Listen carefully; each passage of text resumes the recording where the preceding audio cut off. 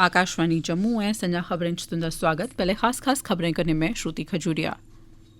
उपराज्यपाल मनोज सिन्हा होरें आखेआ जे आतंकवाद दे पूरे पराते तंत्र, साजिश रचने आले ते आतंकवाद गी मदद उपलब्ध करोआने आलें गी पूरी चाल्ली खत्म कीता जाना चाहिदा।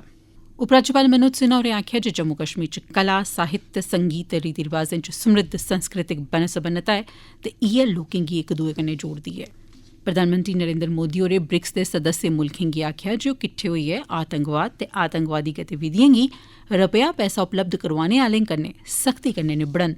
ते वित्त मंत्री निर्मला सीतारमण होरें आखेआ जे आयुष्मान भारत स्कीम समाजी सुरक्षा दे बेहतरीन कार्यक्रमें चा इक ऐ। खबरें दी तफसील कन्नै पवन वर्मा। उपराज्यपाल मनोज सिन्हा होरें अज्ज श्रीनगर दे राजभवन च कश्मीर संभाग दी सुरक्षा बारै इक समीक्षा बैठक कीती। उपराज्यपाल होरें जम्मू कश्मीर पुलस दे अधिकारिएं गी आखेआ जे ओह् मजदूरें दी सुरक्षा लेई मुक्ख बुनियादी ढांचे सरबंधी परियोजनाएं ते निर्माण शिविरें दे कोल सुरक्षा ग्रिड गी होर मजबूत करने लेई उपाएं गी यकीनी बनान। एलजी होरें पुलस गी निर्देश दित्ते जे ओह् बुनियादी ढांचे सरबंधी परियोजनाएं दा सुरक्षा ऑडिट, पुख्ता थाह्रें उप्पर 24 घैंटे नाका ते रातीं दी गश्त उप्पर कम्म करन। एलजी होरें आखेआ जे अपराधिएं ते आतंकवादिएं दी मदद करने आह्ले सने पूरे आतंकवादी इकोसिस्टम गी खत्म करने दी लोड़ ऐ। उपराज्यपाल मनोज सिन्हा होरें कल श्रीनगर दे टैगोर हाल च जश्ने संगम दा उद्घाटन कीता। अपने संबोधन च उपराज्यपाल होरें जम्मू कश्मीर कला संस्कृति ते भाशा अकादमी ते इक समिति आसेआ कला संस्कृति ते भाशा गी बढ़ावा देने लेई 3 रोजा साहित्यक उत्सव दा आयोजन करने लेई उंदी सिफत कीती।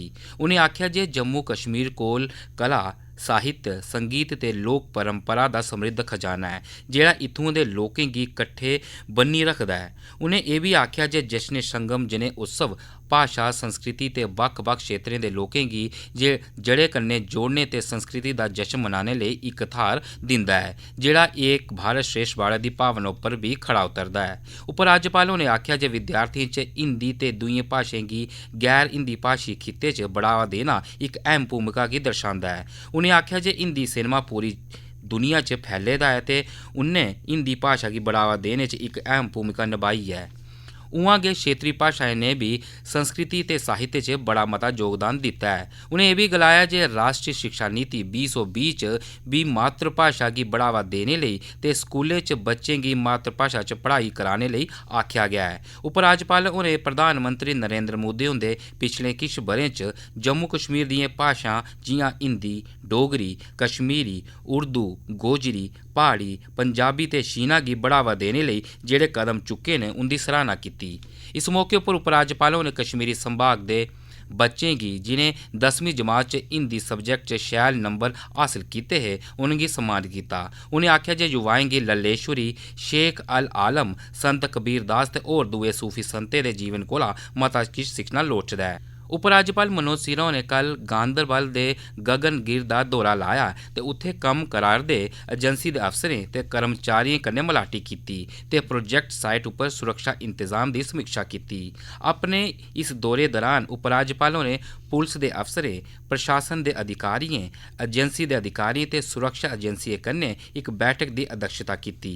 बैठक दौरान उ'नें निर्देश दित्ते जे सुरक्षा दे पुख्ता इंतजाम कीते जान तां जे इ'यै नेह् आतंकी हमले परतियै नेईं होई सकन।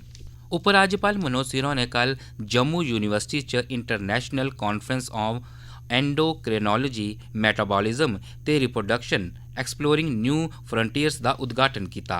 उ'नें अपने संबोधन च इस कांफ्रेंस लेई जम्मू यूनिवर्सिटी दे डिपार्टमेंट ऑफ जूलॉजी ते Indian society for comparative endocrinology दी सराह्ना कीती।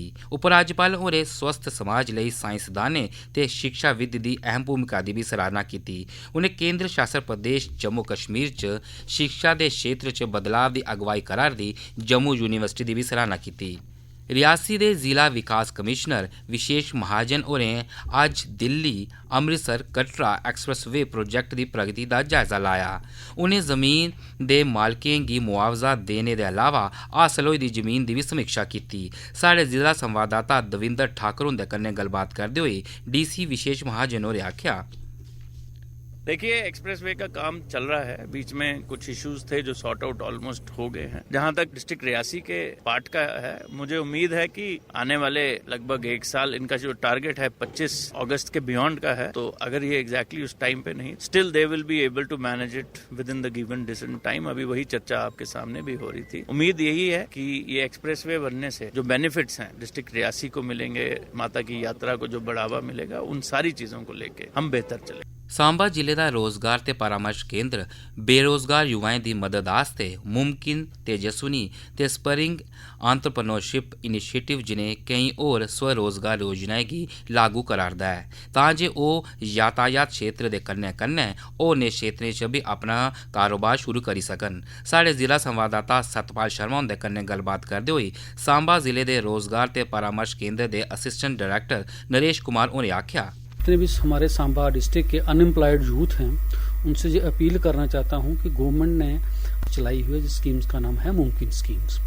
इस स्कीम के अंडर जितने भी हमारे जो बेरोजगार युवा भाई बहन हैं जो अपना खुद का बिजनेस ट्रांसपोर्ट सेक्टर में इस्टेब्लिश करना चाहते हैं, किसी भी तरह की गाड़ी, लोड कैरियर गाड़ी, passenger auto, commercial vehicles, Bolero vehicles, Mahindra की। इसके अलावा एक स्कीम हमारी और है तेजस्विनी स्कीम, और तीसरी जो इम्पोर्टेंट स्कीम है जिसका नाम है स्परिंग एंटरप्रेन्योर इनिशिएटिव स्कीम। ਇਹ ਖਬਰਾਂ तुस आकाशवाणी जम्मू थमां सुना करदे हो। हुन बाकी दियां खबरें कन्नै श्रुति खजूरिया। प्रधानमंत्री नरेंद्र मोदी होरें ब्रिक्स दे सदस्य मुल्खें गी आखेआ जे ओह किट्ठे रलियै इक दूए दे सहयोग कन्नै आतंकवाद ते आतंकवादी गतिविधियें गी रपेआ पैसा उपलब्ध करवाने आह्ले कन्नै सख्ती ने निबड़न। उनें आखेआ जे इस गंभीर मुद्दे पर दोहरे मापदंड दी कोई गुंजाइश नहीं ऐ। कजान च 16वें ब्रिक्स शिखर सम्मेलन दे समापन सत्र गी संबोधित करदे होई प्रधानमंत्री होरें आखेआ जे युवाएं गी कट्टर बनाने आह्ली ताकतें गी रोकने आस्तै सक्रियता कन्नै कम्म कीता जाना चाहिदा। उनें संयुक्त राष्ट्र च विचाराधीन अंतर्राष्ट्रीय आतंकवाद पर व्यापक समझौते दे मुद्दे पर कम्म करने दा आह्वान कीता।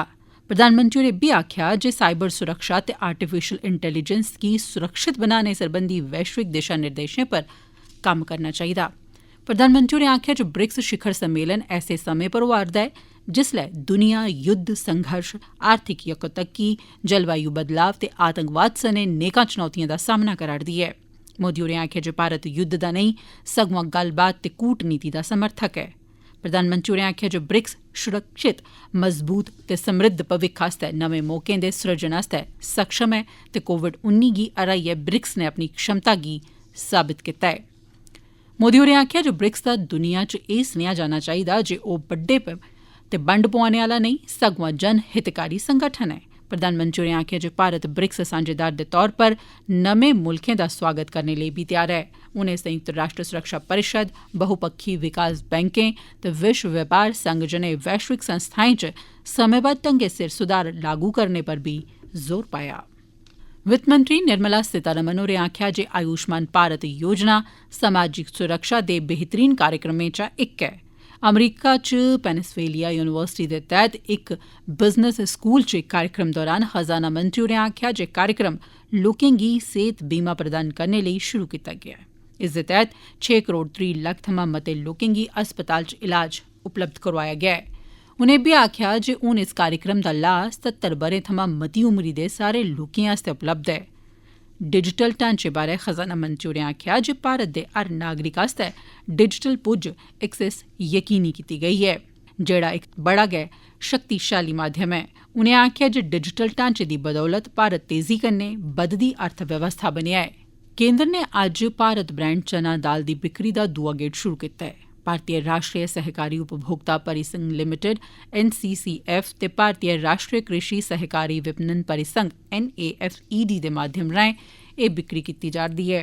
गड्डियें गी झंडी दस्सियै रवाना करदे होई उपभोक्ता, खुराक ते सार्वजनिक बंड सरबंधी केंद्रीय मंत्री प्रहलाद जोशी होरें आखेआ जे भारत चना दाल केंद्रीय भंडार, मोबाइल वैन, नेफ्ट ते ई-कामर्स राएं 77 रपेऽ फी किलो दे दर कन्नै उपलब्ध होग। इसदे अलावा चना 58 रपेऽ फी किलो, भारत मूंग दाल 107 रपेऽ फी किलो ते मसरें दी दाल 99 रपेऽ फी किलो स्हाबै उपलब्ध होग। उनें आखेआ जे सरकार ने EI नैनो असर करी चना दाल थमां आयात शुल्क हटाई दित्ता ऐ। उनें आखेआ जे सरकार ने मुल्य स्थिरता कोष च 10,000 करोड़ रपेऽ अलाट कीते न। इस रकम दा इस्तेमाल महंगाई पर काबू करने आस्तै कीता जा करदा ऐ। केंद्रीय सड़क यातायात ते राष्ट्रीय जरनैली सड़कें सरबंधी मंत्री नितिन गडकरी होरें मुल्ख दे सालाना ईंधन आयात पर फौरी तौर पर कमी आनने पर जोर पाया ऐ। मौजूदा समें च हर ब'रे 22 लक्ख करोड़ रपे दे ईंधन दा आयात हुंदा ऐ। नमीं दिल्ली च इंजीनियरिंग प्रबंधन बारै 18वें विश्व सम्मेलन गी संबोधित करदे होई गडकरी होरें आखेआ जे तकनालोजी भारत गी $5 ट्रिलियन दी अर्थव्यवस्था बनाने दे प्रधानमंत्री नरेंद्र मोदी हुंदे सुखने गी पूरा करने दा असरदार ते सशक्त माध्यम ऐ। उनें लोड़ मूजब शोध ते अनुसंधान पर भी जोर भरेआ। भारतीय सेना ने युवा सेवा ते खेड्ड सरबंधी मैह्कमा उधमपुर दे सहयोग कन्नै खेलो इंडिया अभियान तैह्त उधमपुर दे मिनी स्टेडियम च वालीबाल प्रतियोगिता दा सरिस्ता कीता। इसदा मकसद खेड्डें ते समुदायिक शमूलियत गी बढ़ावा देना ऐ।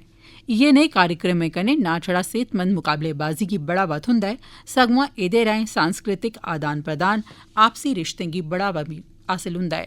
भारतीय सेना ने उधमपुर दे लोकें दा इस आयोजन च बधी चढ़ियै हिस्सा लैने आस्तै आभार जाहिर कीता। उधमपुर आह्ले जिला संवाददाता अचिन दुबे कन्नै गल्ल करदे होई रमेश चंद्र मिश्रा होरें आखेआ, ये हमारी जो टूर्नामेंट है इंडियन आर्मी के तहत जो हमारी जो 80 पार्टिसिपेशन बच्चों की इसके टीम के अंदर हो रही है, जिसमें हमारे पुराने खिलाड़ी भी है, नेशनल लेवल पे खिलाड़ी है। जो ये टूर्नामेंट ऑर्गेनाइज करने का था, ये हमारी डीसी मैम की डायरेक्शन के अंदर, उनकी सुपरविजन के अंदर इस टूर्नामेंट को जो हमारी नशा मुक्त भारत के तहत जो हमारे बच्चे जो नशे के तहत जो ऊपर ज्यादा उनकी रुझान हो रहा है, उनको वहां से मोटिवेट करने के लिए इस टूर्नामेंट को ऑर्गेनाइज किया जा रहा है। एह्दे कन्नै गै खबरें दा बुलेटिन समाप्त होआ।